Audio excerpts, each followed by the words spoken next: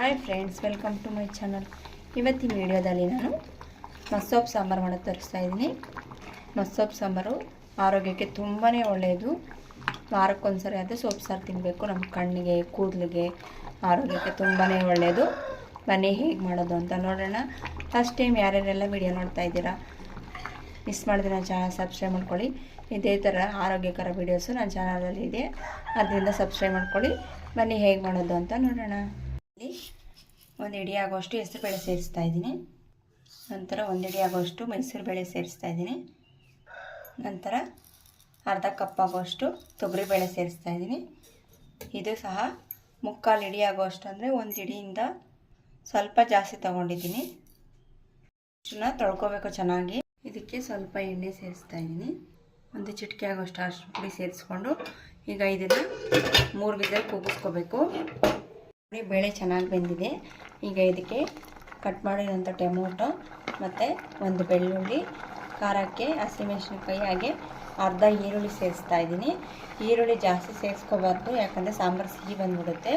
ಅದರಿಂದ ನಾನು ಅರ್ಧ ಈರುಳ್ಳಿ ಸೇರಿಸ್ಕೊಂಡಿದ್ದೀನಿ. ನಾನಿಲ್ಲಿ ಪಾಲಾಕು ಮತ್ತು ಬಸಳೆ ಸೊಪ್ಪು ಹಾಗೆ ದಂಟು ಸೊಪ್ಪು ಸ್ವಲ್ಪ ತೊಗೊಂಡಿದ್ದೀನಿ. ಚೆನ್ನಾಗಿ ತೊಳ್ಕೊಬೇಕು. ಸೊಪ್ಪನ್ನ ತೊಳ್ಕೊಂಡಿದ್ದಾದ ನಂತರ ಕಟ್ ಮಾಡಿರೋ ಸೊಪ್ಪು ಸೇರಿಸ್ತಾ ಇದ್ದೀನಿ. ನಾನಿಲ್ಲಿ ಎಲ್ಲ ಒಂದೊಂದು ಹಿಡಿ ಸೇರಿಸ್ತಾ ಇದ್ದೀನಿ ಸೊಪ್ಪು. ನೀವು ಪಾಲಾಕು ಜೊತೆ ಯಾವುದಾದ್ರೂ ಸೊಪ್ಪು ಸೇರಿಸ್ಕೋಬೋದು, ಚೆನ್ನಾಗಿರುತ್ತೆ. ಮಿಕ್ಸ್ ಸೊಪ್ಪು ಯಾವುದಾದ್ರೂ ಸೇರಿಸ್ಕೋಬೋದು. ರುಚಿಗೆ ತಕ್ಕಷ್ಟು ಉಪ್ಪು ಸೇರಿಸ್ತಾ ಇದ್ದೀನಿ. ಮಿಕ್ಸ್ ಮಾಡ್ಕೋಬೇಕು.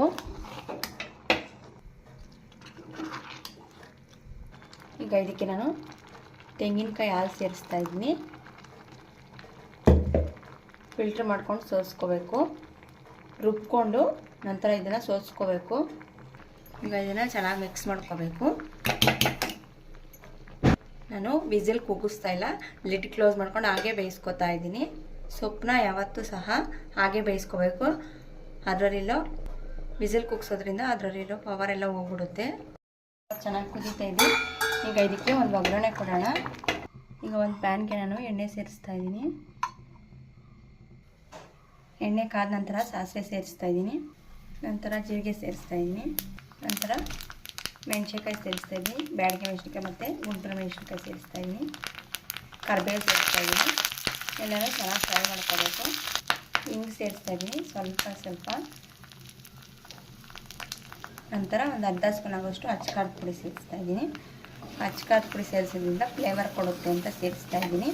ನೀವು ಬೇಕಾದರೆ ಸೇರಿಸ್ಕೋಬೋದು, ಇಲ್ಲಾಂದರೆ ಸ್ಕಿಪ್ ಮಾಡ್ಕೋಬೋದು. ಈಗ ನೋಡಿ ಸಾಂಬಾರು ಕುದೀತಾ ಇದಕ್ಕೆ ಸೇರಿಸ್ಕೊತಾ ಇದ್ದೀನಿ. ನೋಡಿದ್ರಲ್ಲ ಫ್ರೆಂಡ್ಸ್, ಸಾಂಬಾರು ರೆಡಿಯಾಗಿದೆ.